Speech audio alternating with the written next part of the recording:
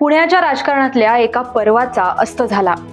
पुण्याचे खासदार, केंद्रीय राज्यमंत्री आणि भारतीय ऑलिम्पिक संघटनेचे अध्यक्ष राहिलेले सुरेश कलमाडी यांचं वयाच्या 81व्या वर्षी निधन झालं. मंगळवारी पहाटे म्हणजे आजच दीर्घ आजारानं कलमाडी यांनी अखेरचा श्वास घेतला.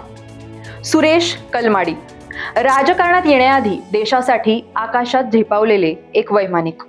खडकवासला मधल्या राष्ट्रीय संरक्षण अकादमीतून त्यांनी शिक्षण पूर्ण केलं आणि 1965 आणि 71च्या युद्धात भारतीय हवाई दलाचे पायलट म्हणून त्यांचा सहभाग होता. माजी पंतप्रधान राजीव गांधी यांच्याशी त्यांची खास मैत्री होती. पुढे राजीव गांधी यांनीच त्यांना राजकारणात आणलं.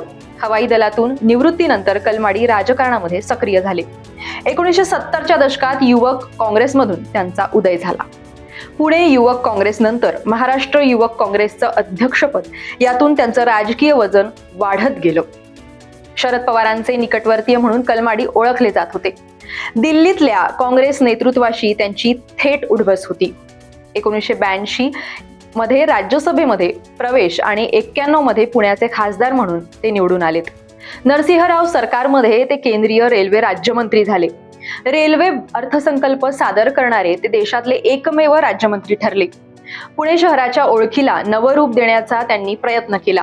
पुणे चित्रपट महोत्सव, पुणे मॅरेथॉन, राष्ट्रीय खेळांचं आयोजन, या सगळ्यामुळे पुण्याचं राष्ट्रीय पातळीवर नाव झालं. मात्र त्यांच्या कारकिर्दीतला सर्वात मोठा वळणबिंदू ठरला 2010 मधला राष्ट्रकुल क्रीडा स्पर्धांचा वाद. आयोजन समितीचे अध्यक्ष असताना त्यांच्यावर गंभीर भ्रष्टाचाराचे आरोप झालेत. 141 कोटींच्या उपकरण खरेदीत गैरव्यवहाराचा आरोप सीबीआय कडून त्यांच्यावर करण्यात आला. या प्रकरणात कलमाडींना तुरुंगवासही भोगावा लागला.